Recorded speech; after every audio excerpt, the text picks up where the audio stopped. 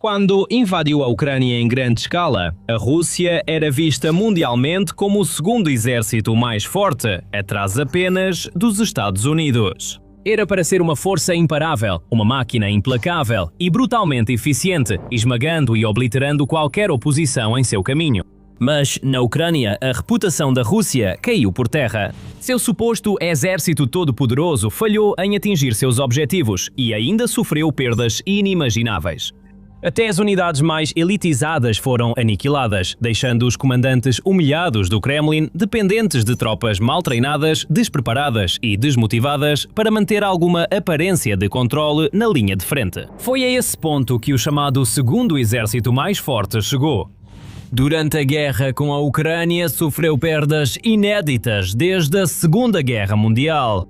Embora as estimativas variem de fonte para fonte, a maioria concorda que cerca de 1.300.000 de soldados russos foram mortos ou feridos. Nenhum exército pode suportar esse tipo de perda, nem mesmo o exército russo. E apesar de uma população massiva de mais de 143 milhões de pessoas, além de campanhas de recrutamento eficazes, o Kremlin acrescentou dezenas de milhares de soldados por mês às suas fileiras. De forma bastante consistente, as baixas causaram um grande impacto na força e na estrutura do exército.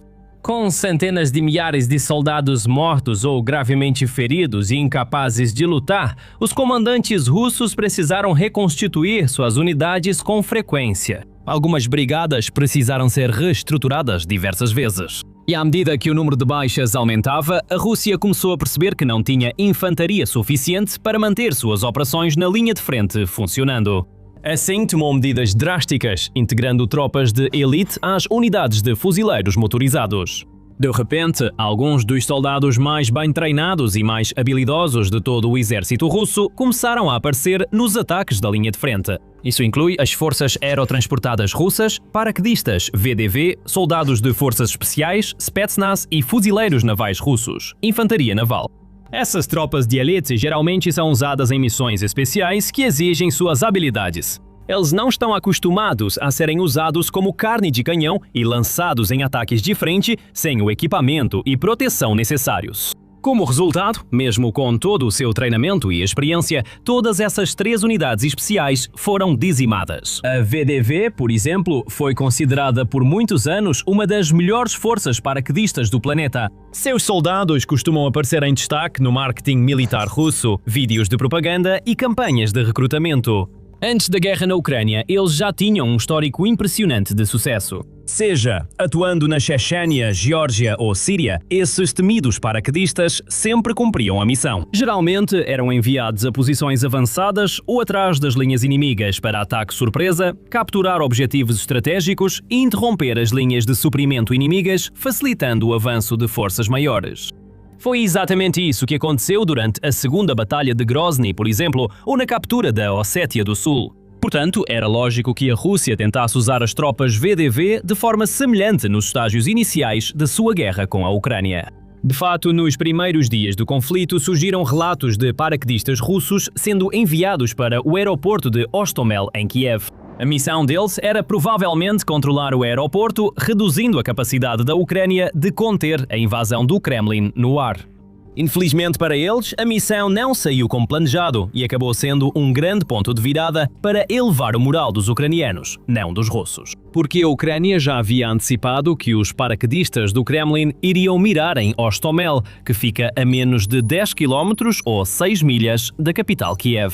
Quando os paraquedistas aterrizaram, as tropas ucranianas já os aguardavam. Emboscados e cercados, os VDV perderam centenas de soldados em poucos dias. E essa não foi a única perda.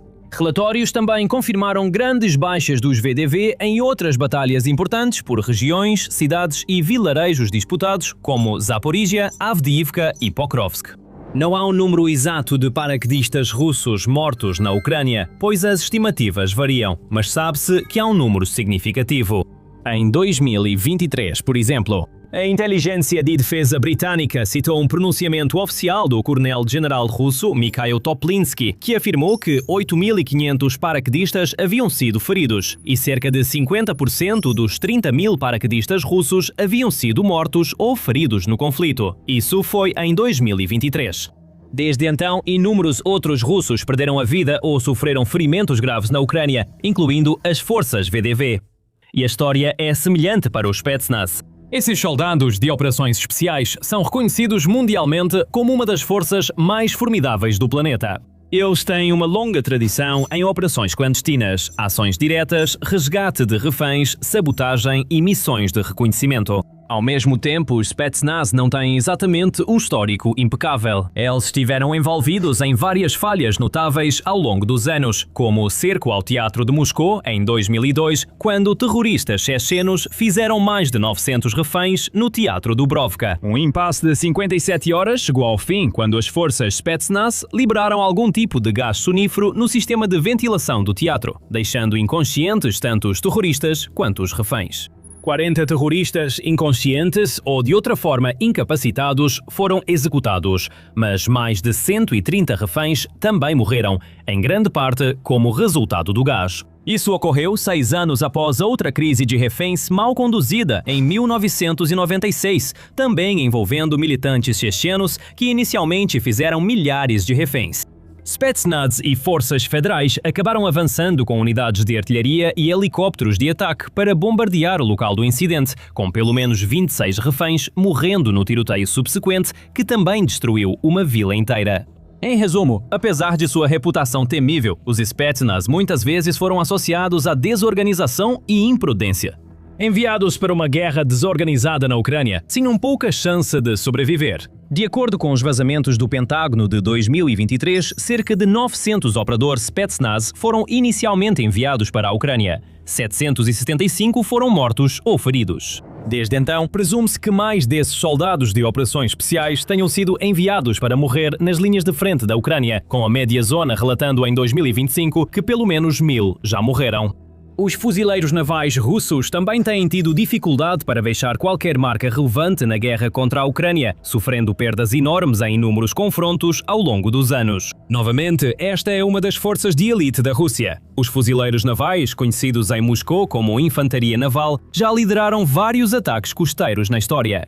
Eles ganharam experiência valiosa na Síria, por exemplo, com unidades como a 40ª, 61ª, 155ª e 810ª, conquistando um status quase lendário entre seus colegas. No início da guerra, esperava-se que essas unidades fossem decisivas na Frente Sul, onde a Rússia tentava avançar para a Ucrânia a partir do Mar de Azov e da Península da Crimeia. Por um breve período, eles corresponderam a essas expectativas. Tiveram algumas baixas, mas cumpriram seu papel em assaltos anfíbios que permitiram à máquina de guerra russa cercar e tomar Mariupol.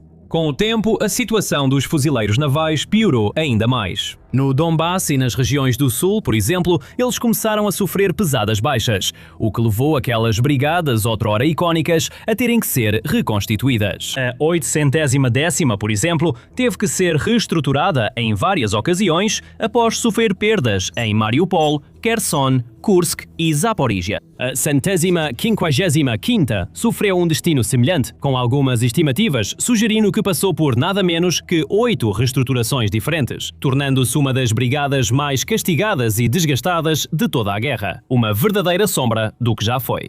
A média zona, que se mostrou uma fonte bastante precisa e confiável para rastrear e confirmar baixas russas por meio de obituários oficiais, afirma que mais de 2.200 fuzileiros navais foram mortos nos primeiros 4 anos da guerra. Para colocar isso em perspectiva, vale notar que os Estados Unidos perderam cerca de 2.400 soldados ao longo de 20 anos durante sua guerra no Afeganistão. As perdas das tropas de elite da Rússia são enormes e tiveram efeitos enormes na campanha do país, porque perder tropas de elite é muito mais impactante do que perder novos recrutas. Soldados das forças especiais trazem anos de experiência ao campo de batalha. Na maioria das vezes, eles dedicaram a vida às forças armadas e estão entre os mais dispostos a arriscar a vida pela pátria. Eles vão além do esperado, correndo de cabeça nas batalhas mais ferozes, liderando o ataque e abrindo o caminho para aqueles que vêm atrás. Mas a Rússia está rapidamente ficando sem eles. Na verdade, quase não restam mais nenhum. Mas antes de entrarmos no que isso significa e como está afetando o estado geral do exército russo, você está assistindo ao The Military Show. E se você ainda não se inscreveu, agora é a hora. Qualquer exército teria dificuldades após perder muitos de seus melhores operativos, e com a Rússia não é diferente. Quando tropas da linha de frente morrem ou se ferem em ataques suicidas, os comandantes do Kremlin nem sempre se importam muito. Eles podem facilmente recrutar mais homens para substituí-los, passando-os pelos treinamentos mais básicos antes de colocar fuzis em suas mãos e mandá-los para outro ataque. Mas tropas como as VDV, Fuzileiros Navais e Spetsnaz não são, nem de longe, tão fáceis de substituir. Mesmo que o Kremlin encontre pessoas com as habilidades certas, não há tempo para treinar adequadamente a próxima geração de soldados das forças especiais. Como observado em um relatório do Small Wars Journal, é provável que as novas tropas especializadas russas sejam submetidas ao mesmo treinamento apressado que o restante das forças armadas, o que pode levar a mais perdas em combate de operadores críticos que o Kremlin não pode se dar ao luxo de perder. E isso não é tudo. Após sofrerem perdas tão pesadas, as 3 forças de elite abordadas neste vídeo começaram a romper fileiras. Elas já não são tão estruturadas ou disciplinadas como eram antes, com as brigadas de fuzileiros navais da Guarda 155ª e 810ª tendo sido acusadas de crimes de guerra. Segundo relatos, esses fuzileiros navais usaram substâncias químicas proibidas e executaram brutalmente prisioneiros de guerra ucranianos. Paraquedistas também estão implicados, com alguns supostamente envolvidos no infame massacre de Bucha, em 2022, no qual civis foram literalmente massacrados nas ruas. Além disso, devido às doutrinas soviéticas antiquadas que focam na microgestão, até mesmo nos mais altos níveis das Forças Armadas, os comandantes das unidades de elite não têm a autoridade ou liberdade de que precisam para tirar o máximo proveito das tropas que ainda possuem. Isso gera uma cultura de desconfiança que, somada às baixas, dificulta ainda mais o progresso da Rússia no campo de batalha.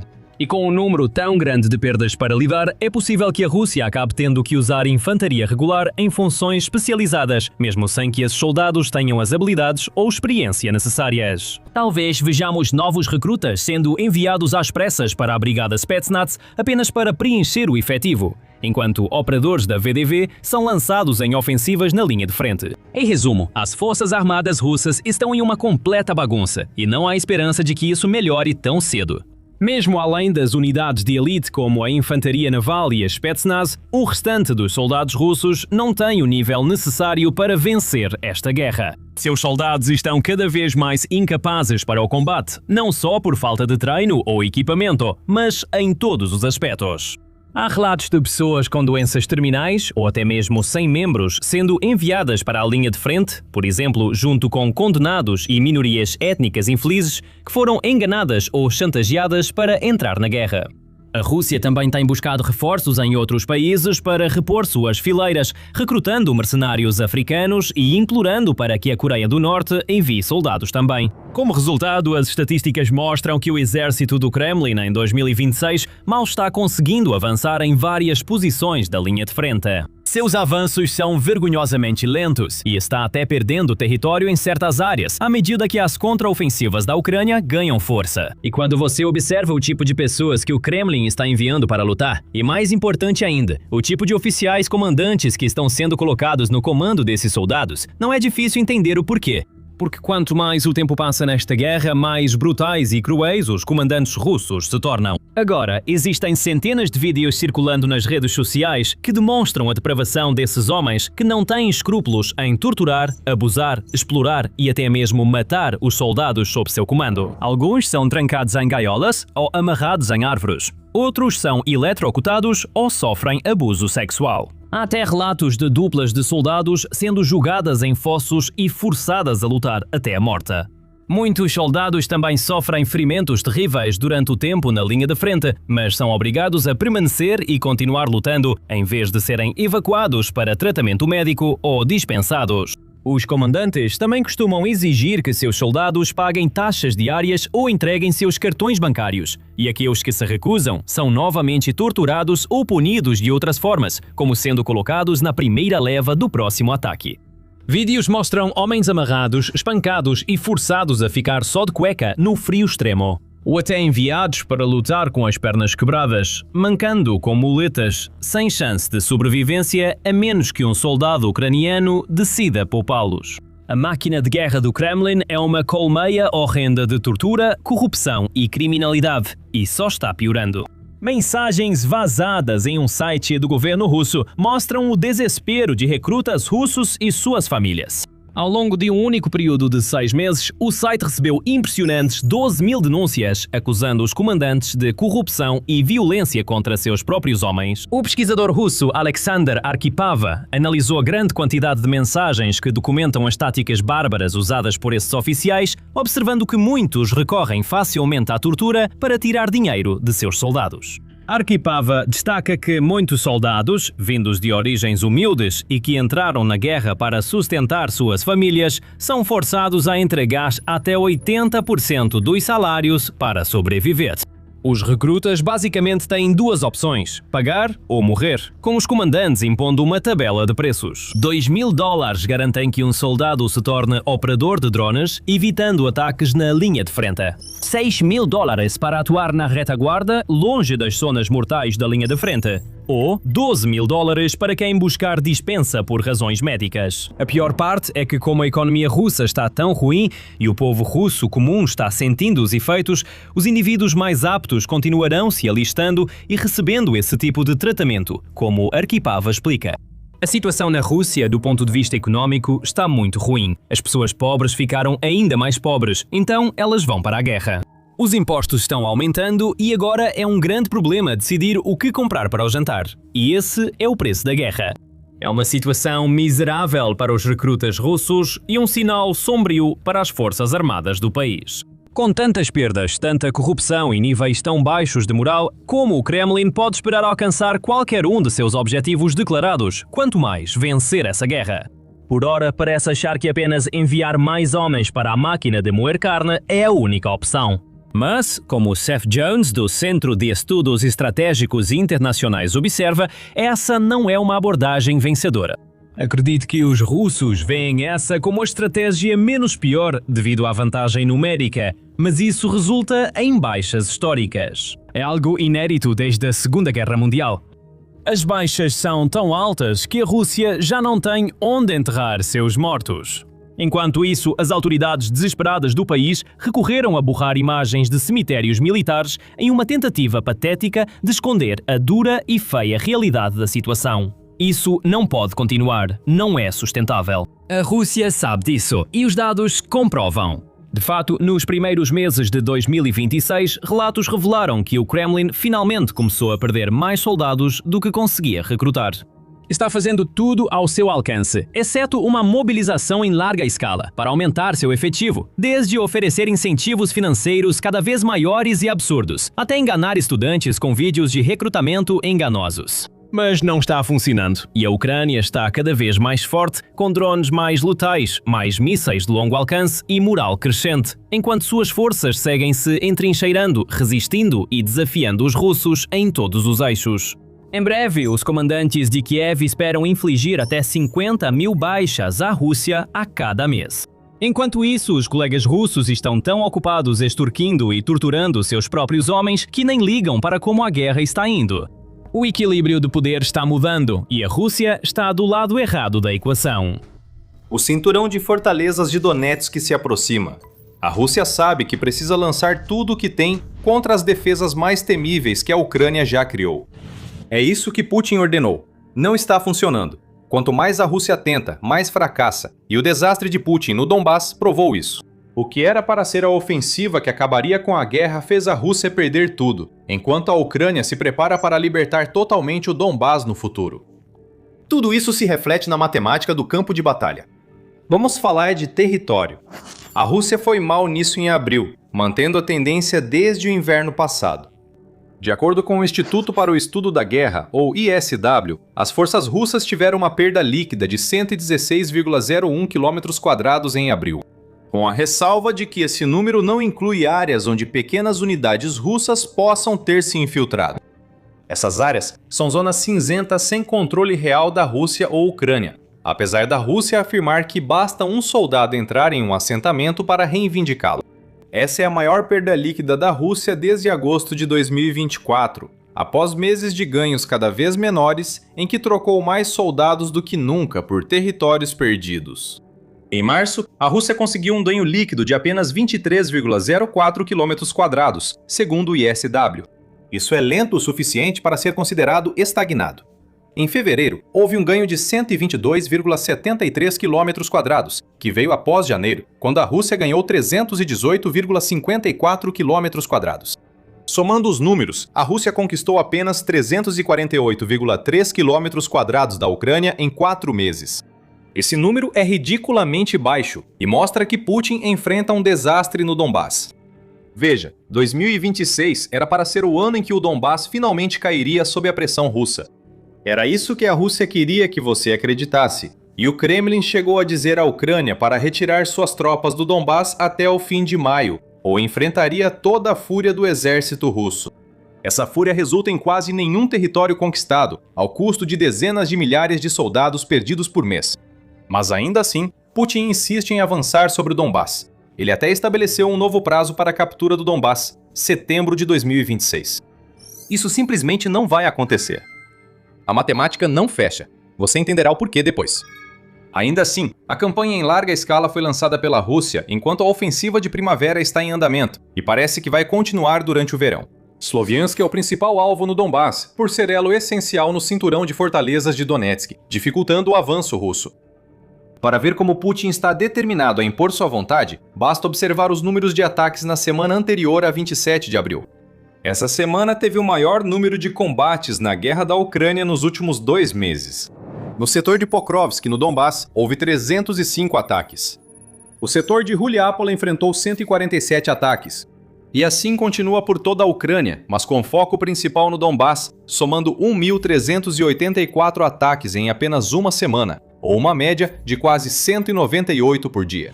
Putin acredita que o aumento dos ataques mostra a força esmagadora das forças armadas russas. Esse pico de ataques em 2 meses coincidiu com o mês em que a Rússia teve suas primeiras perdas líquidas em quase 2 anos. Isso mostra que Donbass e o cinturão de fortalezas de Donetsk são mais difíceis de romper do que a Rússia pensava, revelando mais do que Putin gostaria. A Rússia segue priorizando capturar Donetsk. Se a Rússia alcançar a fronteira administrativa desse oblast, controlará quase todo o Donbass. Porém, dizemos isso há 4 anos, e esse é o ponto. As tropas de Putin ainda não chegaram à fronteira. A linha de fortalezas continua bloqueando o caminho deles desde o início da invasão. E o progresso no terreno é tão lento que está começando a fazer a Rússia perceber que vai custar muito mais do que vale tomar Donetsk à força. Donetsk não está à beira do colapso, e o Kremlin sabe disso. Um dos motivos do avanço lento da Rússia, além da matemática de campo de batalha na Ucrânia que discutiremos, é o foco dividido em toda Donetsk. Avanços, embora pequenos, estão sendo feitos, mesmo que a Ucrânia esteja anulando esses ganhos com a libertação de território em outras áreas. Euromaidan Press relata que a Rússia obteve um pequeno sucesso na região de Kramatorsk e Sloviansk, onde capturou algumas pequenas aldeias. O canal próximo a Chassivyar também foi cruzado, permitindo à Rússia pressionar outras áreas pelo flanco. E em Konstantinivka, que fica a oeste de Chassivyar, as forças russas estão simplesmente tentando contornar a localidade pelo nordeste, enquanto pressionam Kramatorsk pelo sudeste. Esses são os planos, mas apesar de alguns avanços, nada do que a Rússia busca em Donetsk está se concretizando. O problema da Rússia é que está dispersando demais suas forças ao tentar tomar o resto de Donetsk. Isso pode parecer uma afirmação estranha, considerando que restam apenas cerca de 6.000 km² de Donetsk para serem tomados. Mas a combinação da enorme quantidade de mortes que a Rússia enfrenta em Donetsk, com o colapso de seus planos em outras regiões, faz com que ela tenha que lançar ataques em grande escala contra localidades que está tentando contornar, como vemos agora em Konstantinivka. Conta a história. O analista militar ucraniano Konstantin Mashevets explica o que ocorre neste setor. Devido ao fracasso da Rússia em contornar, o 8º Exército de Armas Combinadas e o 3º Corpo de Exército agora precisam avançar diretamente para Konstantinivka pela rota mais curta, cobrindo os acessos sul e sudeste com os corpos de sua infantaria de assalto. Isso é lento, exaustivo e, acima de tudo, extremamente sangrento e custoso, diz Mashevets. Isso resume bem a situação da Rússia no Donbass. Todos os melhores planos de Putin estão sendo jogados fora em um campo de batalha que não está se desenrolando da forma que ele precisa para que qualquer um dos prazos dramáticos no Donbass que ele estabeleceu pareça minimamente alcançável na realidade. Nessa situação, 6.000 quilômetros quadrados parecem 600 mil, enquanto as forças russas avançam lentamente contra defesas que causam muitas baixas. A Ucrânia dificulta que a Rússia concentre esforços nos avanços vindos de Pokrovsk. Após cerca de 2 anos de combates brutais, a Rússia finalmente conseguiu conquistar o centro da cidade de Pokrovsk em janeiro, seguido pela parte norte da cidade em março. A Ucrânia obrigou a Rússia a lutar por cada centímetro. De acordo com o 7º Corpo de Reação Rápida das Forças de Assalto Aéreo da Ucrânia, a Rússia perdeu 15 mil soldados nos 6 meses até 13 de fevereiro, apenas no setor central de defesa da região. Considerando os vários setores de defesa criados pela Ucrânia, mesmo com Pokrovsk prestes a cair, a Rússia ainda perdia milhares de soldados. O novo plano da Rússia é avançar de Pokrovsk para Belitska, ao sul de Dobropilia. O objetivo é usar Dobropilia como mais uma alavanca para a Rússia flanquear a região de Kramatorsk e Sloviansk pelo oeste. A Ucrânia tem frustrado os planos da Rússia ali e em outras áreas do Donbass. A contraofensiva da Ucrânia em fevereiro, na qual recuperou mais de 400 quilômetros quadrados de território em suas regiões do sul, retomando esse território da Rússia, na verdade tinha tudo a ver com Donetsk. A Rússia queria manter o sul como zona de proteção para impedir o envio de soldados ucranianos a Donetsk. Com a retomada do território pela Ucrânia, a Rússia teve que enviar reservas destinadas à luta em Pokrovsk e outras regiões do sul. Sem reservas, o avanço é mais lento, como vemos em toda a linha de frente de Donetsk. Novamente, os números mostram isso.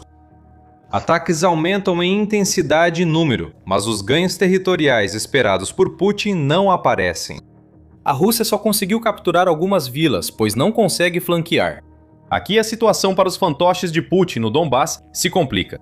A Ucrânia impõe perdas tão grandes à Rússia por poucos avanços que Donetsk já parece uma armadilha mortal para os soldados russos.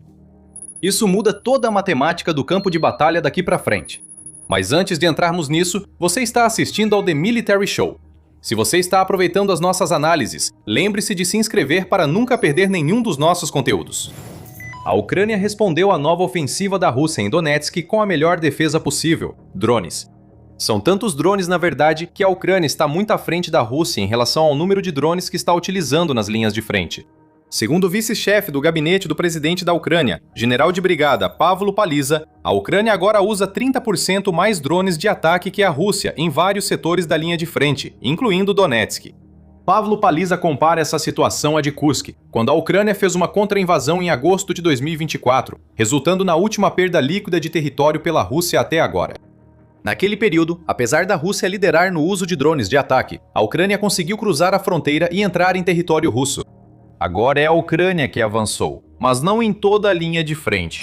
Não é só quantidade, mas também qualidade. Honestamente, a qualidade está igual à do inimigo, pois eles também melhoram seus sistemas. Mas demos um salto significativo, disse Polis em abril.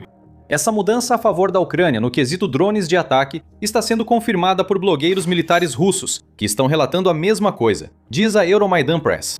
Aqui vemos o plano da Ucrânia para defender o Donbass começar a tomar forma.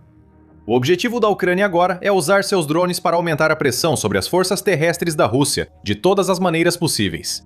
E a melhor forma de fazer isso é ampliar a guerra ao máximo possível. Em outras palavras, isso não se trata mais da luta na linha de frente. A tarefa da Ucrânia é tornar sua zona de morte infestada de drones tão massiva que a maioria dos soldados russos morra antes mesmo de chegar a vislumbrar o cinturão de fortalezas. O uso de drones de médio alcance pela Ucrânia para atacar a retaguarda russa em territórios ocupados reforça essa estratégia, pois enfraquece a rede de apoio essencial para avanços russos em Donetsk. Assim, a Ucrânia prepara o terreno para fazer os russos recuarem no Donbass. Isso obriga a Rússia a desgastar suas forças em ataques inúteis, que não passam das zonas de morte, promovendo uma campanha de atrito que enfraquece sua ofensiva a cada tentativa. A ideia é criar a situação citada no início do vídeo. Quanto mais a Rússia tenta, maior é o fracasso. Mesmo que o fracasso ainda traga ganhos territoriais à Rússia, como em partes de Donetsk, esses ganhos diminuem a cada mês e o custo para obtê-los paralisa o país. Isso parece um plano irrealista? Se sim, só precisamos olhar para as perdas que a Rússia está sofrendo para entender por que a Ucrânia sair na frente no cálculo dos drones é fundamental para a defesa e depois para a libertação do Donbass. Entre dezembro de 2025 e abril de 2026, a Rússia perdeu 156.735 soldados. São perdas confirmadas, não estimadas. Cada soldado morto pela ambição de Putin foi registrado pelo sistema Exército de Drones da Ucrânia, e provavelmente há milhares de mortes não rastreadas a acrescentar. A Rússia não está recrutando o que precisa para compensar o déficit, já que está com mais de 8.000 soldados a menos para cobrir suas perdas nos 5 meses mencionados. A principal questão é o que tantas mortes representam para a Rússia no Donbass. Lembre-se, a Rússia está intensificando seus ataques em toda Donetsk. Isso só é possível ao manter uma grande força terrestre para os ataques. A Rússia perde mais soldados do que recruta, e essas baixas, no Donbass ou não, enfraquecem o país. Se essa tendência continuar, o que vamos começar a ver é a Rússia seguindo por um de dois caminhos. Ou a Rússia reduz o ritmo dos ataques para manter o tamanho das unidades, o que resulta em menos avanços, ou mantém o ritmo usando unidades menores, enfraquecendo os ataques e aumentando as mortes. Qualquer uma dessas abordagens é uma má notícia para Putin no Donbass, e não é como se as coisas estivessem indo particularmente bem por lá de qualquer forma. A Rússia ainda precisa conquistar cerca de 6.000 km² de Donetsk para dizer que controla o Donbass. Embora nem todas as baixas recentes estejam em Donetsk, o que ocorre lá mostra o quanto a Rússia terá que sacrificar para cumprir a ambição de Putin. Em 8 de abril, a United 24 noticiou que Paliza afirmou que as forças russas perdem 316 soldados por quilômetro quadrado capturado em Donetsk. Isso é pouco menos do que o dobro de soldados que estavam perdendo para os mesmos avanços no mesmo período do ano passado. E isso representa uma conta terrível para Putin no Donbass. Se essa taxa horrenda de baixas for mantida, isso significa que Putin terá que enviar 1.896.000 soldados russos para a morte ou ferimentos graves antes que o Donbass caia. Isso é mais de 500.000 soldados a mais do que o total de baixas da Rússia durante toda a guerra até agora. Isso mostra que o Donbass é uma armadilha mortal para as forças de Putin, mesmo avançando. Claro, isso depende de a Ucrânia manter a taxa de baixas de 316 soldados por quilômetro quadrado. Isso está longe de garantido, mas no fundo significa que a Rússia se encurralou. Se comparar essas perdas ao aumento dos ataques, verá que a Rússia usa mais soldados para conquistar menos território no Donbass do que nunca. Embora a Rússia ainda consiga exercer pressão, ela não consegue fazer isso em toda a linha de frente de Donetsk. Mais uma vez, ela está espalhando suas forças e seus drones demais, justamente quando a Ucrânia tem uma vantagem de drones de 1,3 para 1. O que acaba acontecendo é que o ataque da Rússia fica fragmentado. As tentativas de flanquear fracassam, como estamos vendo, e a Ucrânia pode continuar avançando em outros lugares, o que desacelera a Rússia no Donbass. Vamos analisar o melhor cenário para a Rússia. Isso seria se Donetsk caísse e o Donbass ficasse sob controle da Rússia. Segundo Paliza, em março, a Rússia levaria 1 ano e meio para isso ocorrer, considerando o ritmo de avanço de janeiro e fevereiro. Isso já significa que a meta de Putin para setembro de 2026 está descartada, o que por si só já é uma vitória para a Ucrânia. Quando Putin prevê algo e não se concretiza, isso prejudica a capacidade da Rússia de convencer o Ocidente de que a Ucrânia deve ceder o Donbass. Outra ressalva aos comentários de Paliza é que foram feitos em 1º de março, quando a Rússia avançava mais rápido em Donetsk. 1 ano e meio é muito ambicioso para conquistar o Donbass, especialmente se a Ucrânia mantiver e aumentar as baixas russas. E ainda há baixas por vir. Talvez não cheguem a mais de 1.800.000, mas é quase certo que a Rússia terá que sacrificar centenas de milhares de vidas para conquistar os 6.000 km² restantes do Donbass. E novamente, esse é o melhor cenário possível. A Ucrânia está fazendo tudo o que pode no Donbass para garantir que esse cenário não se concretize. Além da letalidade da linha de frente e das zonas de morte que a Ucrânia infestou com mais drones do que a Rússia consegue lidar, a Ucrânia iniciou uma campanha de ataques com drones de médio alcance em Donetsk, que estão destruindo as linhas de suprimento russas e os sistemas de apoio para suas tropas na linha de frente.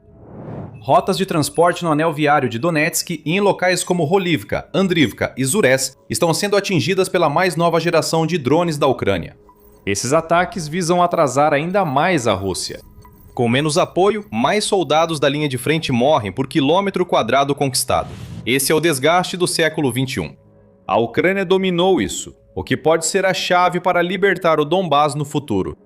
A Fundação Jamestown afirma que drones de médio alcance da Ucrânia alcançam até 100 km atrás das linhas, e a Rússia não consegue combatê-los eficazmente por falta de defesas aéreas. Para a Ucrânia, tudo se resume a desgastar cada camada da ofensiva russa.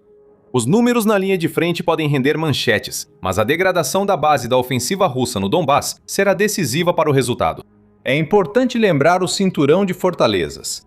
Apesar dos avanços mínimos da Rússia em Donetsk, a Rússia ainda não enfrentou as fortificações que a Ucrânia constrói há 12 anos, desde que Putin começou sua agressão em 2014. Rios, campos minados, barreiras antitanque, bunkers, zonas mortais repletas de drones e as cidades do cinturão de fortalezas precisam ser superados para que a Rússia alcance, no máximo, uma vitória de pirro. A Ucrânia está preparando o terreno para que a Rússia concentre forças no Donbass, o que resultará em 2 possíveis desfechos. A Rússia pode chegar ao ponto de destruir seu próprio exército para conquistar o Donbass. Isso frustraria os planos de Putin para o restante da Ucrânia e permitiria que contra-ataques ucranianos ameaçassem a segurança da Rússia nos territórios ocupados. Ou então, a Ucrânia neutraliza os ataques russos, a ponto de o desgaste impedir que as forças de Putin avancem e tomem o Donbass.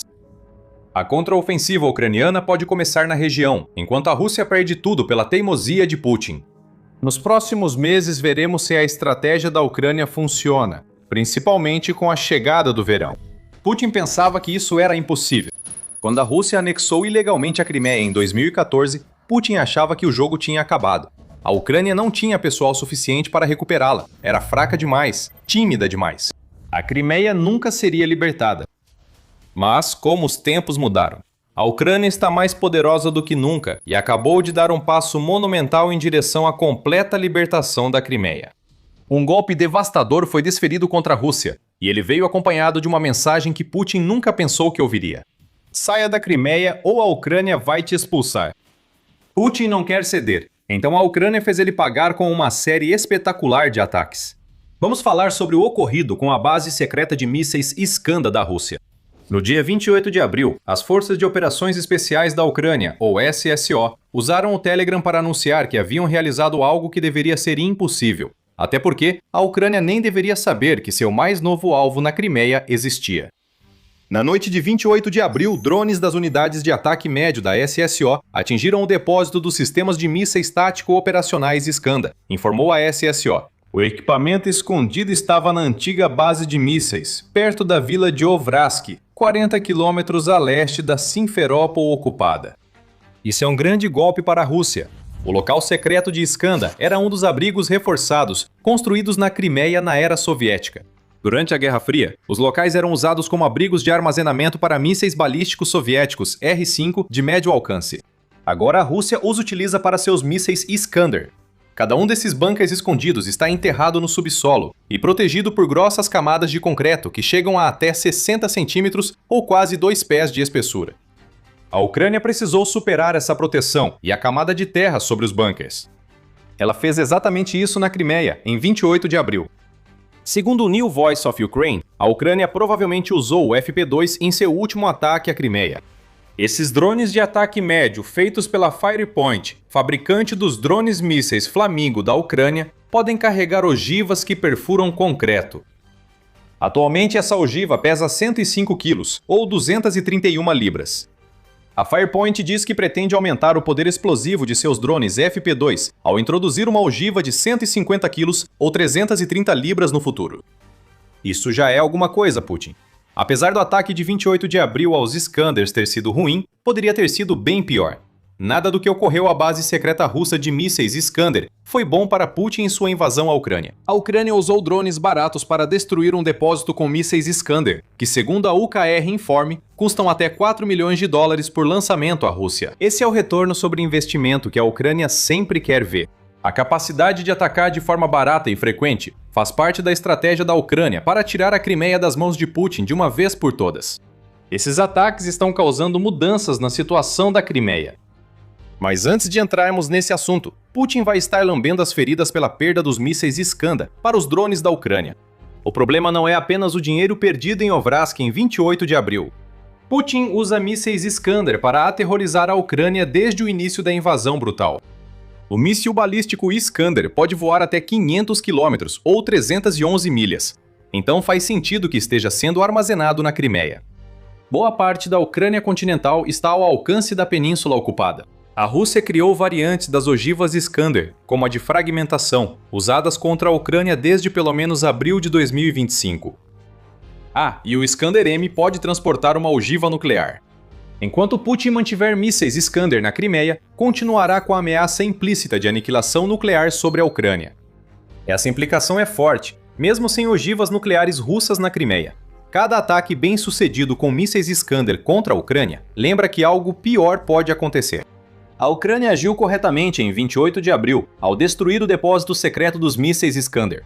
A Ucrânia debilitou as capacidades de mísseis da Rússia e reduziu a ameaça que Putin pode representar contra o território continental daqui para frente.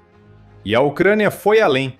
Destruiu o concreto e provavelmente usou drones para destruir mísseis Iskander no bunker secreto russo. Em 2 de maio, houve outro ataque às capacidades russas com mísseis Iskander na Crimeia. Forças de defesa da Ucrânia realizaram ataques noturnos que atingiram um grupo tático de sistemas de mísseis Iskander e instalações de radar na península ocupada, segundo a United 24 Media. Isso é uma campanha para reduzir a utilidade da Crimeia como plataforma de ataque para Putin. Se ele não pode lançar mísseis Iskander da península, o que pode fazer? Essa será a pergunta que rondará Putin enquanto drones ucranianos destroem mísseis Iskander russos.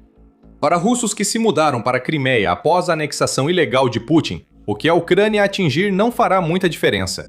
O importante é que a Ucrânia atingiu algo e tem feito ataques assim há anos. O controle de Putin sobre a Crimeia depende de sua capacidade de proteger a península. Essa proteção está enfraquecendo. Cada drone enviado pela Ucrânia à Crimeia ocupada lembra os russos de que a guerra iniciada por seu líder pode atingi-los a qualquer momento. Se os civis russos forem embora, o controle de Putin sobre a Crimeia enfraquece. O que a Ucrânia está fazendo aqui é enviar uma mensagem para esses civis. Saiam enquanto podem, porque só vai piorar. Para que a mensagem seja compreendida, a Ucrânia precisava de um ponto de exclamação. Atacar locais de Iskander e radares é um bom começo. Isso ajuda a evitar ataques de mísseis à Ucrânia e permite mais ataques de drones a alvos russos na Crimeia. Mesmo assim, a Ucrânia precisava avisar os ocupantes que o tempo para deixarem a Crimeia está acabando. Essa mensagem aos aspirantes a colonizadores de Putin veio 2 dias após a Ucrânia atingir o abrigo secreto Iskander da Rússia. A Ucrânia teve a ponte de Kerch como alvo, que liga a Crimeia à Rússia. A Ucrânia deu um tiro de advertência para mostrar aos ocupantes da Crimeia que planeja remover a ponte da equação.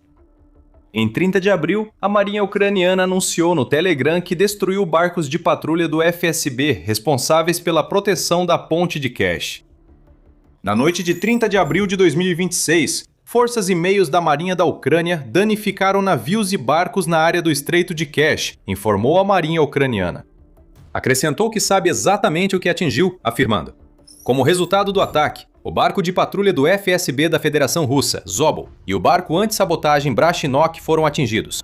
O ataque causou mortes e feridos ao inimigo. Barcos não são a ponte, mas isso não importa. O que a Ucrânia fez aqui teve 2 aspectos. Primeiro, enviou o aviso que mencionamos anteriormente para qualquer pessoa na Crimeia ocupada que esteja disposta ou seja capaz de ouvir. Barcos que deveriam proteger a ponte da Crimeia estão sendo destruídos. Se isso ocorre, imagine o que a Ucrânia pode fazer com a própria ponte. A Ucrânia já tem histórico com a ponte. Essa ligação vital com o território russo já foi atingida várias vezes antes, mais recentemente em junho de 2025, quando a Ucrânia usou mais de 1.000 quilos, ou cerca de 2.200 libras de TNT, para minar alguns dos pilares que sustentam a ponte da Crimeia. Esse ataque pode ser seguido por novas investidas à ponte. Isso nos leva ao segundo ponto do ataque da Ucrânia. Este é o início de uma operação. Hoje, barcos de patrulha russos são destruídos. Amanhã, a ponte será o alvo. A Ucrânia está criando passagens marítimas seguras que pode usar para enviar seus drones marítimos e outras armas até a ponte da Crimeia. Não é coincidência que esse tipo de ataque esteja acontecendo justamente quando a Ucrânia está introduzindo versões novas e aprimoradas de seus drones na guerra contra a Rússia. Talvez o mais famoso desses drones marítimos seja o Sea Baby, e esse drone recebeu atualizações em outubro de 2025, que aumentaram sua capacidade de carga para 2.000 quilos, ou mais de 4.400 libras.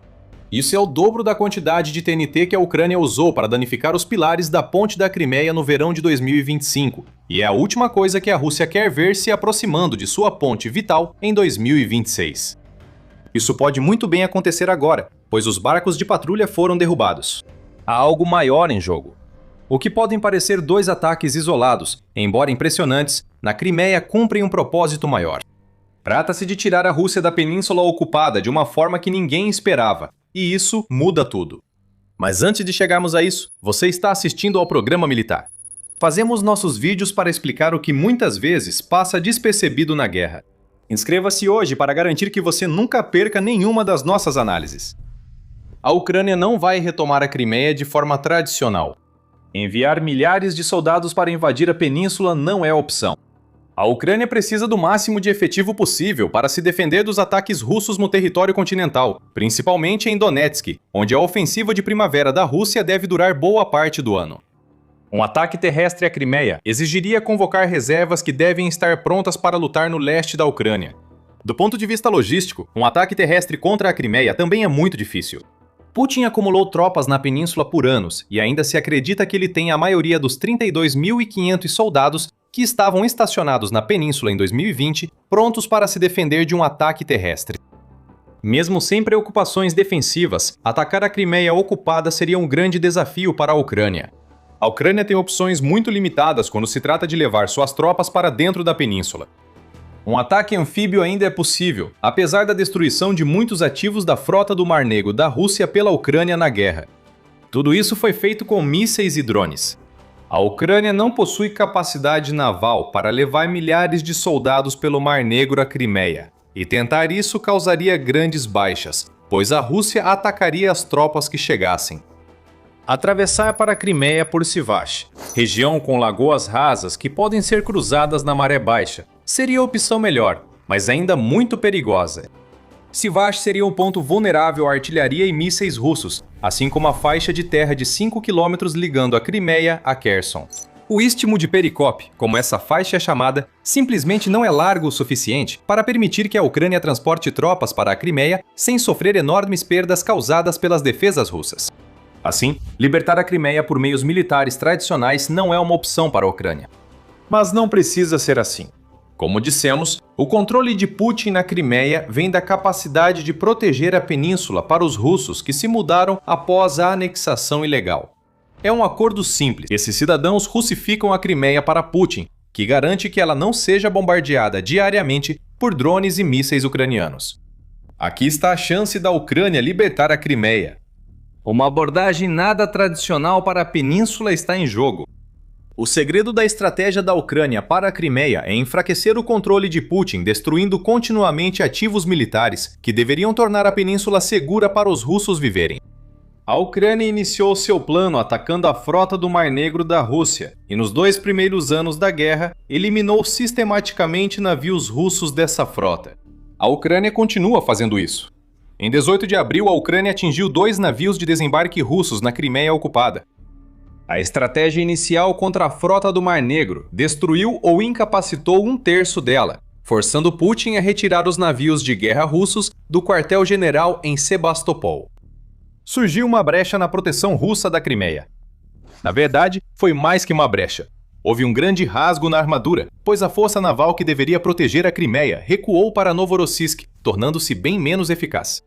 Com o Mar Negro tão livre assim, a Ucrânia pôde se concentrar na segunda parte de sua estratégia, que tem sido a degradação contínua e consistente dos ativos militares na própria Crimeia.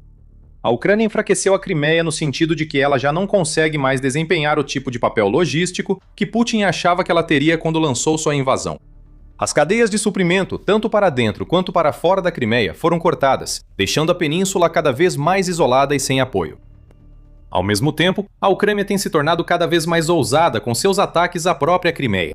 Esses que discutimos são apenas alguns exemplos de muitos ataques que tiveram como alvo, desde defesas aéreas russas até concentrações de tropas. Os ataques às defesas aéreas foram tão intensos que provavelmente abriram os corredores aéreos que a Ucrânia precisava para que seus drones alcançassem bases secretas de Iskander. Hoje, quase toda semana ouvimos sobre novos ataques ucranianos às defesas aéreas da Crimeia. Em 29 de abril, drones ucranianos atacaram uma estação de radar Senhor, 10-1, sistema de defesa aérea, e um depósito de petróleo na Crimeia, durante a mesma noite. Isso se repete várias e várias vezes. A cada ataque, a Ucrânia envia aos ocupantes russos na Crimeia a mensagem de que não estão seguros e que Putin não pode protegê-los.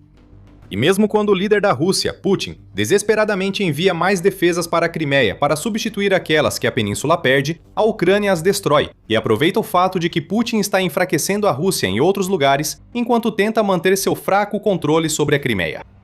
A Ucrânia não enviará tropas para a Crimeia, pois não precisa. Com drones aéreos, marítimos e mísseis, a Ucrânia bombardeia a península ocupada até a submissão sem precisar pisar nela. E isso é vital porque assusta os civis russos. A Ucrânia não mira civis com suas armas. Zelensky não é Putin. Mas cada ataque bem-sucedido da Ucrânia aumenta o desejo desses civis de sair rapidamente. Pouco importa o desejo de Putin de russificar a península. Se ele não cumpre o acordo, as pessoas vão querer recuar para a relativa segurança das cidades no território continental russo. A Ucrânia pode atingir essas cidades, mas não fará isso com a mesma frequência que ataca a Crimeia. Aqui entram os ataques aos barcos que protegem a ponte da Crimeia. Essa ponte é mais crucial do que muitos pensam para o controle de Putin sobre a Crimeia, e não pelo motivo que se imagina ou que Putin acreditava. A ponte da Crimeia era crucial para a logística russa, permitindo a entrada e saída de tropas e equipamentos entre a Crimeia e o território russo até as linhas de frente. Esse era o plano. Mas em maio de 2024, a Rússia já não usava mais a ponte para abastecer suas forças na linha de frente, um sinal de que a estratégia da Ucrânia para libertar a Crimeia funcionava: isolar e atacar. Agora, a ponte continua vital, mas serve aos russos que tornaram a Crimeia, anexada ilegalmente, seu lar desde 2014. Segundo o Kiev Independente, até 800 mil russos mudaram-se para a Crimeia desde a anexação, até dezembro de 2023. Eles agora são maioria na península, pois estavam só cerca de 100 mil ucranianos na época do relatório. Essa migração foi incentivada pela Rússia por meio de tudo, desde empréstimos hipotecários preferenciais até a expulsão de cidadãos ucranianos para o continente, mas foi construída sobre a base da promessa de proteção de Putin. Essa base agora desmoronou. O ataque ucraniano a barcos de patrulha perto da ponte da Crimeia serve como aviso aos russos na região. A Ucrânia pode atacar aquela ponte a qualquer momento e com força. Cidadãos ilegais da Rússia na Crimeia podem em breve ver a única rota de saída da península ruir, junto com as promessas de proteção de Putin. Agora eles podem sair enquanto a ponte está de pé, ajudando a desrussificar a Crimeia, ou ficar, ver a ponte da Crimeia cair e perceber que as defesas contra a Ucrânia enfraquecem a cada ataque de drone. A estratégia da Ucrânia gera resultados imediatos, mas visa o longo prazo. O país está apostando que conseguirá manter a Rússia afastada no continente, infligindo baixas catastróficas enquanto faz isso, até que a Rússia seja forçada a se retirar. Assim, a Ucrânia pode focar em recuperar a Crimeia por métodos tradicionais, mas talvez nem precise. Quando a retirada russa acontecer, ataques como os do fim de abril e do começo de maio podem já ter eliminado toda a presença militar russa na Crimeia.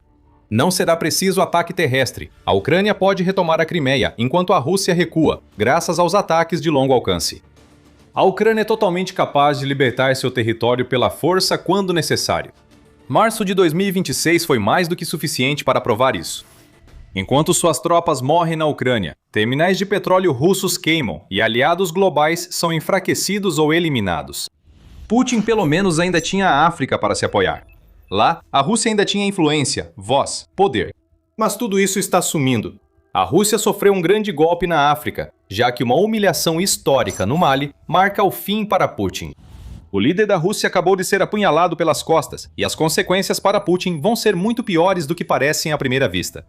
Tudo gira em torno do corpo africano russo, criado das cinzas do grupo mercenário Wagner, que a Rússia vem usando há anos para ajudar o governo do Mali a manter o controle sobre seu povo. O corpo africano deveria ser protetor, guardião do governo malinês e difusor da influência de Putin na África.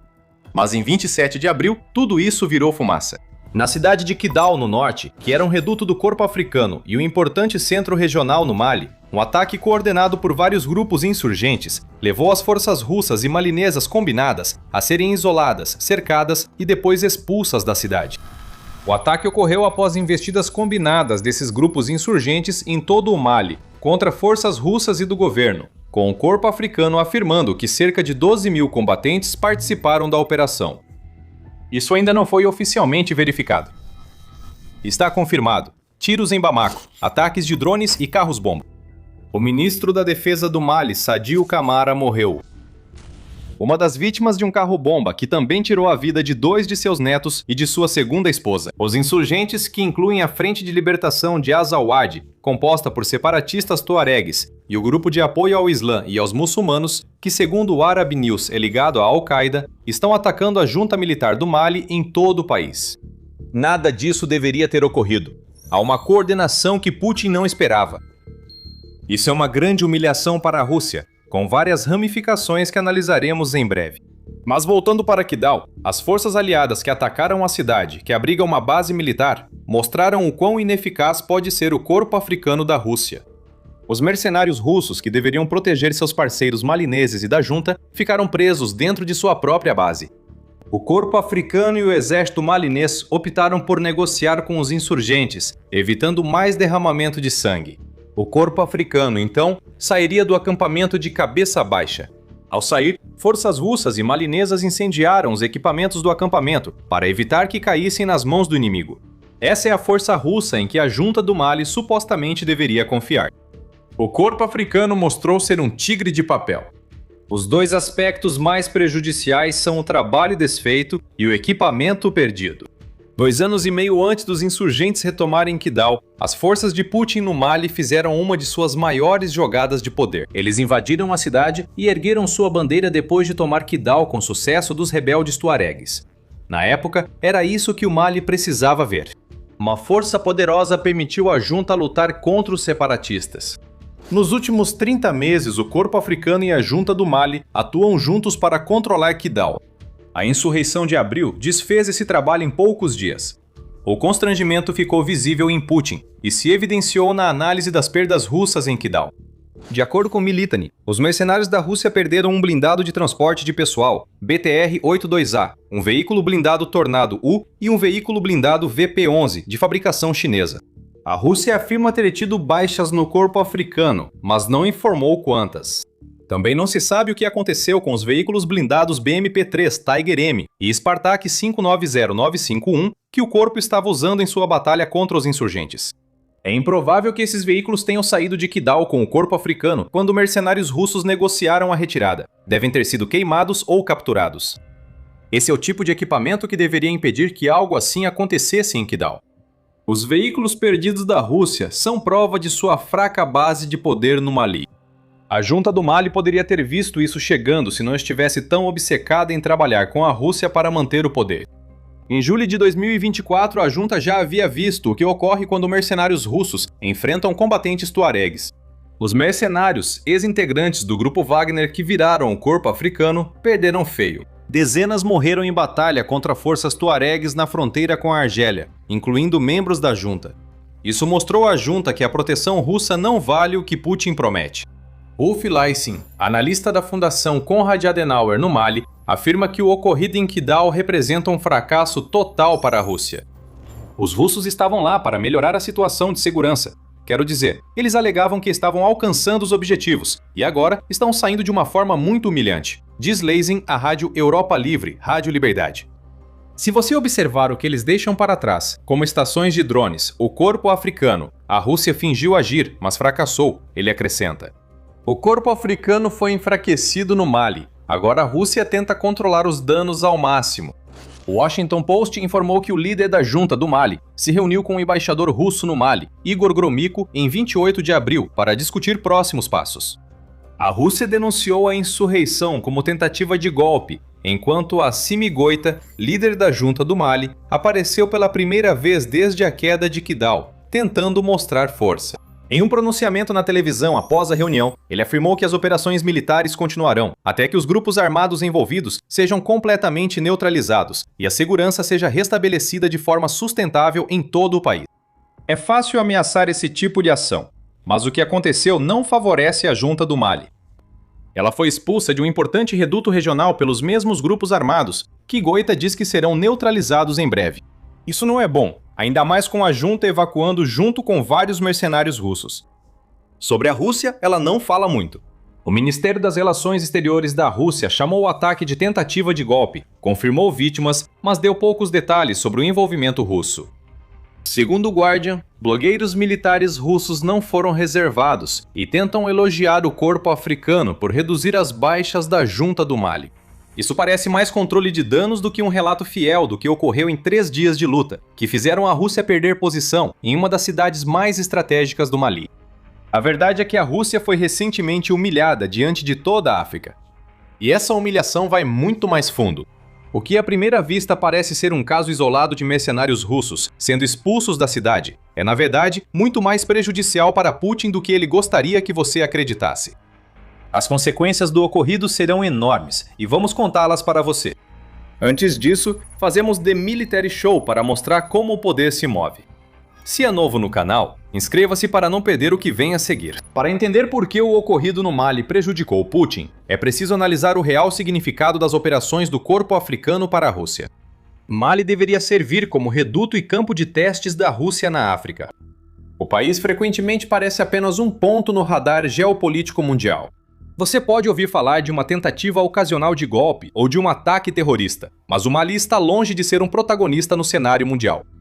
O Mali é, há anos, o centro de disputa de poder entre Rússia e Ocidente. A Rússia parecia ter vencido essa disputa. Em 2013, o governo do Mali ficou eufórico com a chegada de soldados franceses para combater militantes que sequestraram uma rebelião e ameaçavam tomar o país. 5.000 soldados franceses foram enviados ao Mali, e por um tempo parecia que o Ocidente havia conquistado os malianos. Em 2021, o presidente francês Emmanuel Macron tomou uma decisão que mudou tudo. Ele anunciou que a França retiraria metade das tropas enviadas ao Mali. A reação foi imediata. O primeiro-ministro do Mali, na época, Choguel Maïga, acusou a França de abandonar o Mali, o que levou a uma resposta furiosa de Macron, que então condenou o governo militar do Mali por não ter legitimidade democrática, após 2 golpes no país em menos de um ano. A divisão era evidente. No Mali, a opinião pública passou a rejeitar soldados franceses, vistos por alguns como colonialistas. A Rússia percebeu tudo isso e notou que havia uma oportunidade de preencher um vácuo de poder. Não demorou muito após o conflito com a França para que surgisse a notícia de que a Rússia estava oferecendo mercenários do Wagner para preencher a lacuna deixada pelos soldados franceses que partiram. No Mali, muitos aceitaram a medida acreditando que a Rússia seria mais neutra e sem interesse na política local, segundo a BBC. Uma crença ingênua, mas que permitiu à Rússia dar um golpe simbólico na França e no Ocidente, enquanto ganhava influência na África. Essa estratégia de resolver 2 problemas de uma vez funcionou. Nos últimos anos, a influência russa no Mali cresceu. Em agosto de 2024, o Mali cortou relações diplomáticas com a Ucrânia, alegando que autoridades ucranianas fizeram declarações em apoio aos rebeldes separatistas tuaregues. Houve alegações de que os serviços de inteligência da Ucrânia se envolveram na batalha entre separatistas e a junta do Mali, perto da fronteira com a Argélia, levando o Mali a maior isolamento. A Rússia estava animada. O teste do corpo africano seguia funcionando enquanto seus tentáculos avançavam no Mali. A Rússia ofereceu proteção e mão de obra, influenciando a junta contra a Ucrânia e o Ocidente, e tudo funcionava. O modelo para a expansão da influência da Rússia em outras partes da África parecia estar sendo criado, e tudo se baseava na força que os militares russos e seus grupos mercenários associados podiam oferecer. Apesar de todas as maquinações de Putin, sempre houve fragilidade. Isso ficou claro em Kidal. O fracasso da Rússia em proteger seus parceiros malianos nessa cidade trouxe 3 problemas. Primeiro, ao fato de que a Rússia não conseguiu prever a unificação das forças de combate que acabou expulsando o corpo africano de Kidal. Isso é um grande problema. Espera-se que a Rússia use sua rede global de inteligência para antecipar situações assim, além do poder de fogo e proteção. A Rússia não conseguiu isso no Mali. As forças rebeldes coordenaram-se de uma forma que a Rússia nunca antecipou, o que demonstra que o desejo de se livrar da junta do Mali é tão forte que consegue superar as diferenças ideológicas entre os separatistas tuaregues e os militantes islâmicos que se uniram. Se a força da Rússia no Mali e em outros lugares da África está em explorar divisões, então esse exemplo de unidade é a última coisa que Putin gostaria de ver. Isso vai preocupar Putin, e todas as reuniões de fachada do mundo não vão mudar o fato de que a junta governante do Mali agora está em sérios apuros. O grupo rebelde está atacando todo o Mali, seja diretamente como em Kidal ou com carros-bomba e outras ações vistas na capital. O caos pode ser bom para a Rússia, mas deve evoluir para controle. A Rússia controla o Mali pela junta, mas esse poder está saindo das mãos de Putin para uma força unificada.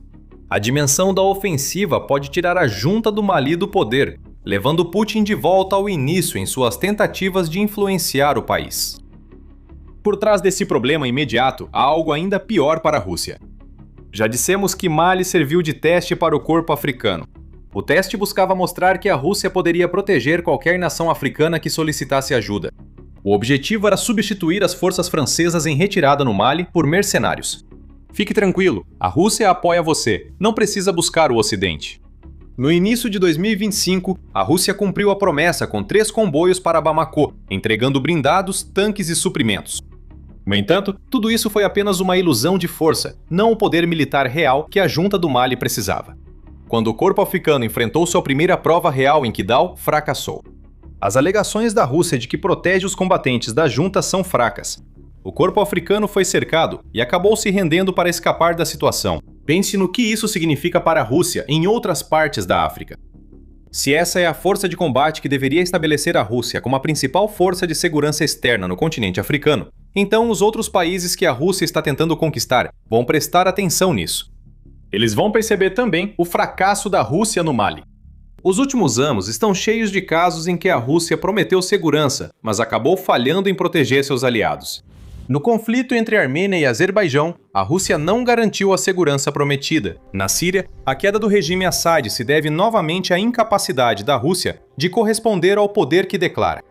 O caso recente do ex-ditador venezuelano Nicolás Maduro exemplifica um aliado russo desmoronando enquanto Putin não faz nada para protegê-lo. Agora, no Irã, que fornece drones à Rússia desde a invasão da Ucrânia por Putin, a Rússia apenas cruza os braços e reclama da operação Epic Fuel. A Rússia tem mercenários e equipamentos no Mali, mas ambos falharam diante de ataque rebelde coordenado. A Rússia é uma protetora. Como qualquer país africano pode acreditar nisso após o que viu nos últimos anos? Kidal não é um exemplo isolado, faz parte de um padrão de proteção de fachada sendo exposto. O corpo africano foi humilhado em vários níveis, ao falhar em impedir o atentado com carro-bomba que matou o ministro da Defesa do Mali. Em Kidal, não conseguiu agir como força de combate para repelir possíveis ataques de rebeldes que podem estar unidos. Não possuem o tipo de equipamento que a Rússia oferece. A situação piora porque a Rússia não ajudava a junta do Mali de forma secreta. Ela se comprometeu publicamente, então Putin não pode mais usar a negação plausível para ignorar fracassos russos como antes. O recente acontecimento no Mali foi público e destaca o terceiro desafio da Rússia. As ambições de Putin para a África estão quase arruinadas. Alianças baseadas em força só funcionam se você puder cumprir o prometido. A perda de Kidal mostra que o corpo africano não tem a força ou organização do grupo Wagner. O Wagner teve alguns sucessos no Mali antes de seu líder, Yevgeny Prigozhin, se rebelar contra Putin e ser morto. O corpo criado das cinzas do grupo não espalha tão bem a influência russa na África. Tudo que Putin faz no continente africano nasce do oportunismo. Se a Rússia percebe divisão ou instabilidade, aproveita. É assim que Putin ganha influência. Mas segundo a Fundação Carnegie para a Paz Internacional, a Rússia enfrenta dificuldades para obter apoio de alguns estados africanos mais estáveis. Muitos desses estados ainda mantêm laços históricos com a Rússia, mas eles não receberam mercenários russos em seu território e certamente não estão rompendo laços com outros parceiros do Ocidente ou da China para aceitar a ajuda de Putin. Putin usou o Mali como parte de um plano para tornar a Rússia uma potência dominante na África, mas tudo fracassou. Antes, as nações mais poderosas não estavam nem um pouco dispostas a deixar que a Rússia as isolasse do Ocidente. Agora, tiveram suas decisões confirmadas. As tentativas de Putin de ampliar a influência russa na África têm um lado mais sombrio. No fim de fevereiro, a inteligência ucraniana revelou que a Rússia criou esquemas para recrutar africanos para lutar na guerra na Ucrânia.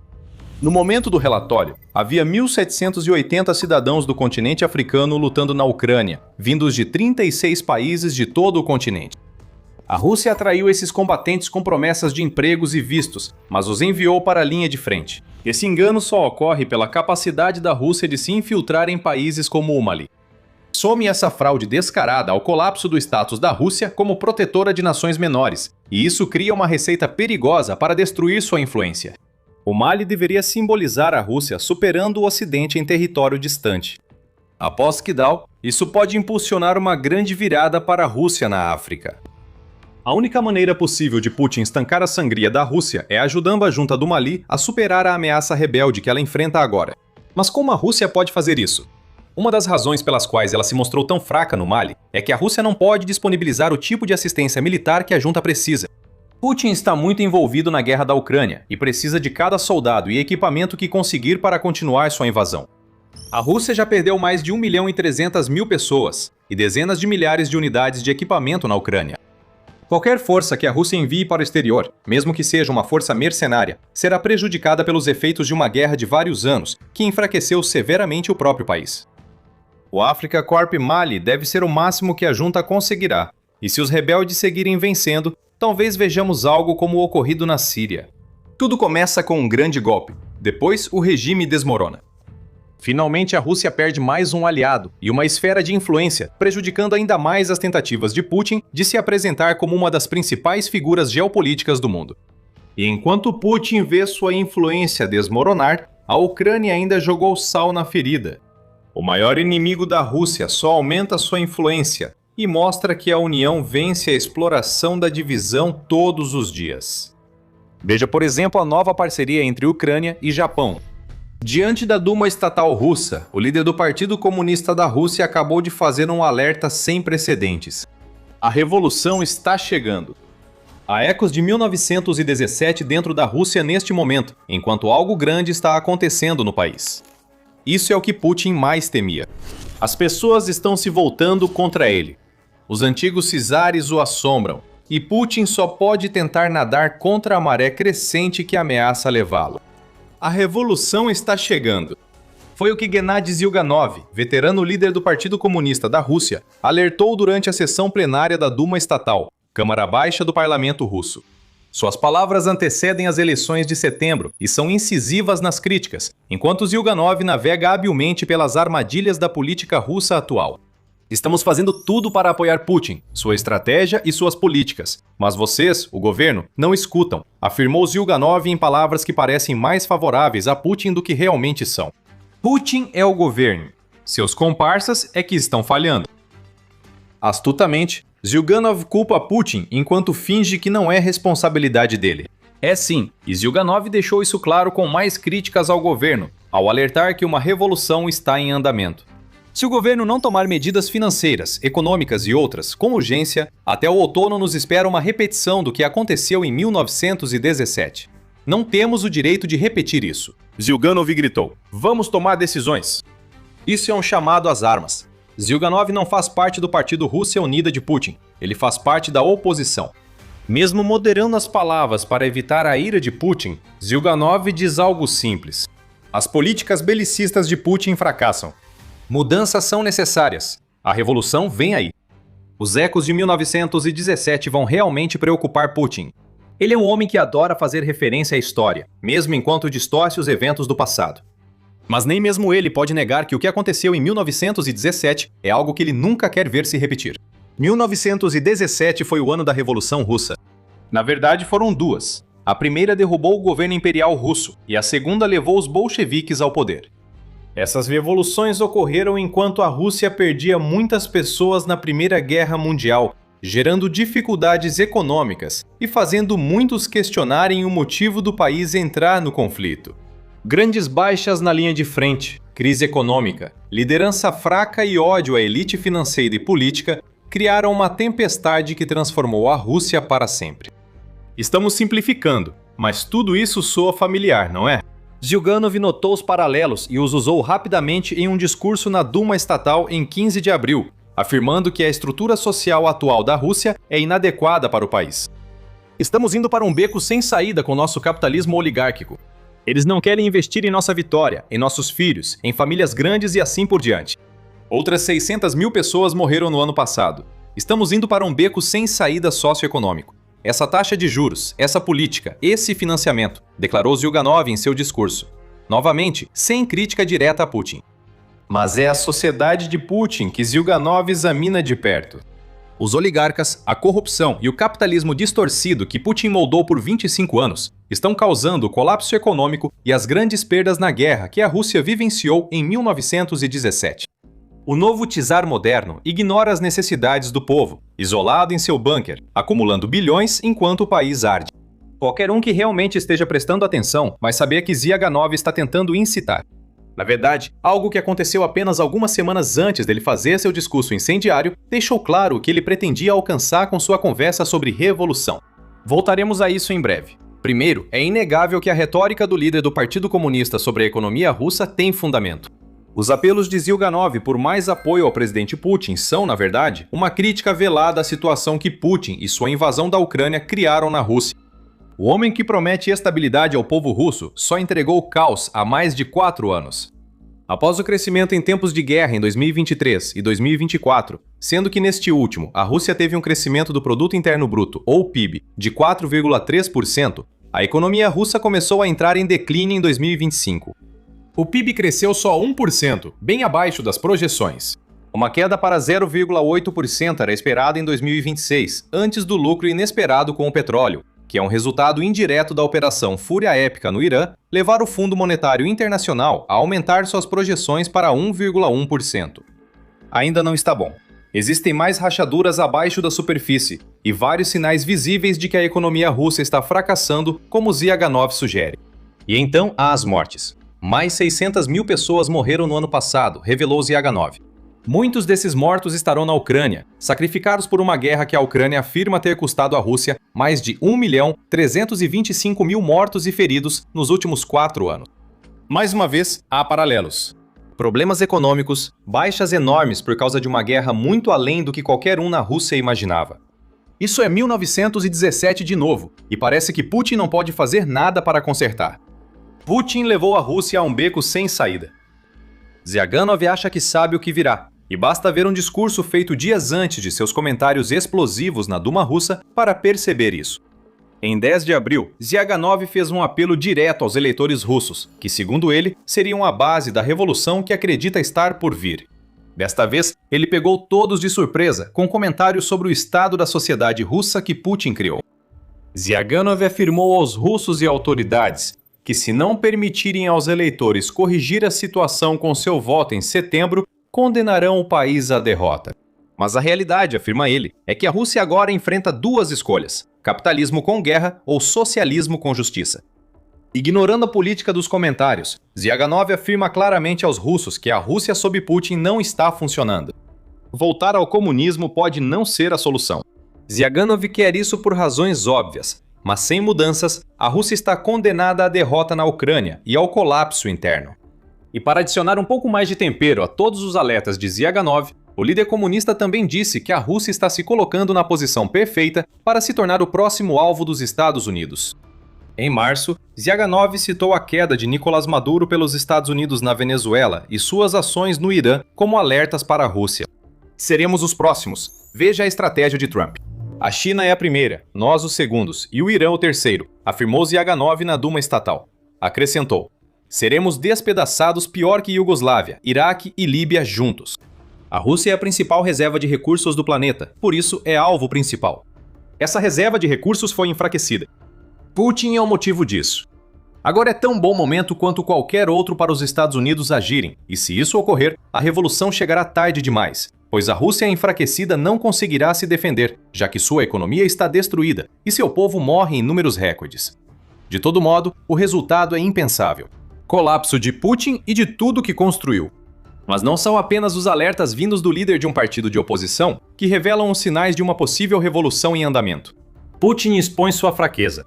Está furioso e tenta transferir a culpa por uma catástrofe econômica que ele causou. Mas antes de entrarmos mais a fundo nisso, este é um lembrete rápido de que você está assistindo ao The Military Show. Nós trazemos para você o panorama completo por trás das manchetes, então certifique-se de se inscrever se quiser ficar por dentro de tudo.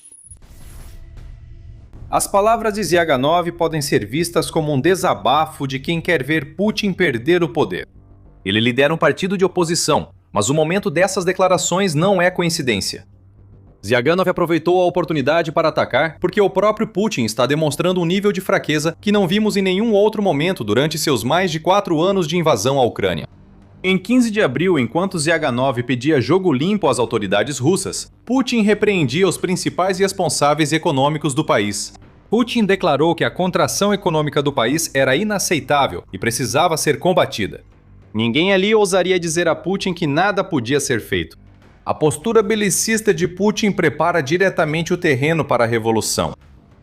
É culpa de Putin que a Rússia tenha sido engolida por uma guerra que, segundo o Serviço Europeu de Ação Externa, está custando ao país 250 bilhões de euros, ou cerca de 293 bilhões de dólares por ano. Já passa de $1 trilhão desperdiçados em uma guerra que a Rússia está longe de ganhar.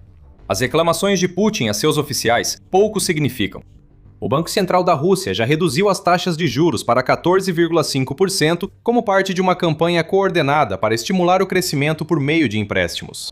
14,5% ainda é um número altíssimo, porém, e as constantes reduções na taxa básica de juros da Rússia, que era de 21% em maio de 2025, estão gerando preocupações de que novos picos de inflação estejam por vir. A ilusão de Putin sobre seu papel no declínio econômico da Rússia ficou clara em dezembro de 2025. Na época, Putin disse que a desaceleração da economia russa era o preço para manter sua qualidade e os indicadores macroeconômicos. O que isso quer dizer? Que qualidade da economia? O país enfrenta congelamento de contratações, enorme dívida externa, falta de reservas monetárias e um caminho de recuperação quase inexistente. E a reação de Putin é repreender os funcionários que não conseguem dizer ao líder da Rússia que eles estão nessa situação, porque o próprio Putin os colocou lá. Estão enfiando a cabeça na areia. Se Zyuganov estiver certo, uma revolução logo ali na esquina vai cortar essa cabeça. O problema real para Putin é este. Ele pode acreditar que o alívio temporário trazido pela Operação Fúria Épica e pelo fechamento do Estreito de Hormuz basta para resolver os problemas econômicos da Rússia. Essa visão só fará Putin se tornar o principal personagem de um conto revolucionário na história russa, ao lado das rebeliões de 1917. A economia da Rússia deve ser levemente impulsionada pela alta do petróleo, causada pela guerra no Irã. Nós não sabemos exatamente o quanto a Rússia está se beneficiando do aumento dos preços do petróleo. O país usa uma fórmula tributária complexa para o petróleo com um mês de atraso. Por isso, os dados oficiais de março ainda não foram divulgados pelo Kremlin. Temos alguns indicadores. O Financial Times informou que, em março, a Rússia arrecadou cerca de 150 milhões de dólares extras por dia com petróleo. O Instituto Washington afirma: a guerra do Irã permitiu que o petróleo russo fosse vendido a cerca de, ou acima, de $59 por barril, meta que o Kremlin fixou em seu orçamento para 2026. O petróleo russo era negociado a cerca de $40 por barril, devido às sanções ocidentais. Putin pode enxergar isso como uma tábua de salvação, ganhando tempo para buscar uma solução para a economia, que Zyuganov afirma ser o centro da revolução iminente. O lucro inesperado do petróleo apenas esconde os problemas. Na verdade, o lucro inesperado não é tão grande quanto parece. A Ucrânia decidiu sabotar as exportações de petróleo russas para impedir que Putin se beneficie tanto quanto gostaria da crise no Oriente Médio. Segundo a Al Jazeera, ataques ucranianos em março e abril reduziram fortemente as exportações russas de petróleo, neutralizando a alta dos preços. Em março, as vendas de petróleo bruto da Rússia caíram 300 mil barris por dia e as de produtos refinados diminuíram 200 mil barris. Até o papel começou a se soltar, permitindo espiar pelas rachaduras no muro russo e ver o que apodrece sob a superfície e levará à revolução. As dificuldades estruturais que existem no coração da economia russa estão sendo expostas, e um sinal ao qual podemos prestar atenção vem das empresas do país. Em 21 de abril, o Moscow Times informou que empresas russas estão suspendendo contratações devido à queda na demanda por serviços. Segundo o Banco Central da Rússia, 64% das empresas pesquisadas não pretendem alterar o número de funcionários em 2026. O recrutamento em massa caiu e 14% das empresas russas prevêem demissões. Uma boa notícia para o russo médio é que os salários vão aumentar de 10 a 15% até o final do ano. Reflita sobre isso. Congelamentos de contratações reduzem as vagas de emprego e o Kremlin inevitavelmente tentará empurrar mais pessoas para as Forças Armadas. O aumento dos salários não significa muito para os desempregados ou demitidos, resultando em uma onda de raiva entre os russos comuns diante da situação em que a economia em colapso do país, que é resultado da guerra de Putin, os colocou. Mais uma vez, vemos ecos de 1917. Viver na pobreza ou ir morrer em uma guerra. Nenhuma dessas é uma boa opção para o povo russo, e mais acima na cadeia econômica, sinais de alerta estão soando, indicando que a Rússia está à beira de uma revolução que pode causar um colapso financeiro.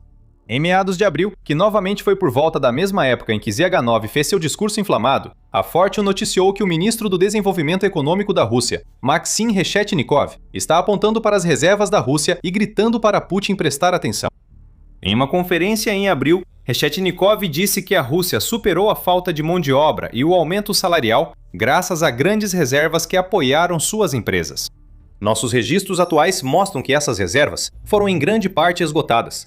Essa é realmente a situação, e a situação macroeconômica é substancialmente mais difícil, afirmou Reshetnikov de forma direta aos participantes da conferência. Após anos de gastos com a guerra, o dinheiro acabou, sem mais resgates ou alívio para empresas russas, que agora estão sozinhas. Por isso vemos congelamentos de contratações. Isso tende a piorar, pois com a queda das reservas, Putin buscará recursos em outros lugares para sustentar a invasão. Mais impostos retiram recursos dos serviços sociais. A população russa verá sua sociedade enfraquecida para bancar uma guerra que mata centenas de milhares de cidadãos anualmente. Adicione outro ingrediente ao caldeirão da revolução. A dívida da Rússia também não está melhor. Em fevereiro, a dívida externa da Rússia atingiu quase 62 bilhões de dólares, segundo o Ministério das Finanças. É o maior valor em 20 anos. A última vez que a dívida externa da Rússia passou de 60 bilhões de dólares foi em janeiro de 2006. Se somarmos a dívida externa estatal e privada, os números pioram ainda mais. O Banco Central da Rússia aponta um aumento de 10,4% em 2025, criando um total de 319,8 bilhões de dólares em dívida. Putin tem mantido uma postura firme diante disso. Putin diz que a dívida pública da Rússia, 17,7% do PIB, é das menores do mundo. Porém, o papel aceita tudo. A dívida cresce enquanto as reservas acabam, e empresas russas não criam novos empregos. Isso contribuiu para o descontentamento que fez Zyuganov citar 1917. Putin não pode mais se esconder do descontentamento. Sua aprovação cai rapidamente. Em 24 de abril, a Sky News noticiou que pesquisa do Centro Russo de Pesquisa de Opinião Pública mostrou queda na aprovação de Putin pela 7ª semana seguida. A aprovação estava em 73,3% no início de março. Agora está em queda livre. 65,6% é o índice mais recente, e é provável que esse percentual caia ainda mais. Ainda mais devastador para Putin, esses são os menores índices de aprovação desde o início da invasão da Ucrânia. Outro ponto nesses números. Quão sincero você acha que o russo médio será ao falar sobre seu líder autoritário, que costuma reprimir quem fala abertamente contra ele? A queda dos índices para 65,6% indica que mais pessoas têm coragem de dizer a Putin como se sentem após 4 anos de guerra. Mas quantos mais dizem que aprovam sem realmente querer dizer isso? O ponto mais baixo em 4 anos que foi registrado já é ruim o suficiente. Isso indica que o fervor patriótico gerado por Putin com a invasão já acabou. No entanto, a verdadeira história por trás desses números é que a aprovação provavelmente é muito menor. Muitos russos têm receio de expressar o que sentem. Então voltamos aos comentários de Zyuganov e vemos que todos os ingredientes da receita de uma revolução ao estilo de 1917 estão se encaixando. Uma guerra aparentemente interminável que está causando mortes em grande escala. Os problemas econômicos estão indo de mal a pior, sem nenhum sinal de recuperação. Os índices de aprovação estão caindo, mesmo enquanto Putin tenta reprimir todas as fontes de desaprovação. Algo está se formando dentro da Rússia. Zyuganov sabe disso. Muitos russos sabem disso. E por mais que tente se esconder da realidade, Putin sabe disso. Putin só pode transferir a culpa até certo ponto antes de enfrentar consequências. Por quanto tempo Putin resistirá, agora que até líderes políticos reconhecem que sua sociedade está fracassando? O petróleo que ajuda Putin a adiar o inevitável não vai salvá-lo por muito tempo. Drones interceptadores ucranianos já voam nos estados do Golfo. Agora a Ucrânia está fazendo algo grandioso para desbloquear o Estreito de Hormuz e fazer os preços do petróleo caírem novamente. Assista ao vídeo para saber mais. Se gostou, inscreva-se no Programa Militar e acompanhe nossas análises sobre a base de poder decadente de Putin. Obrigado por assistir.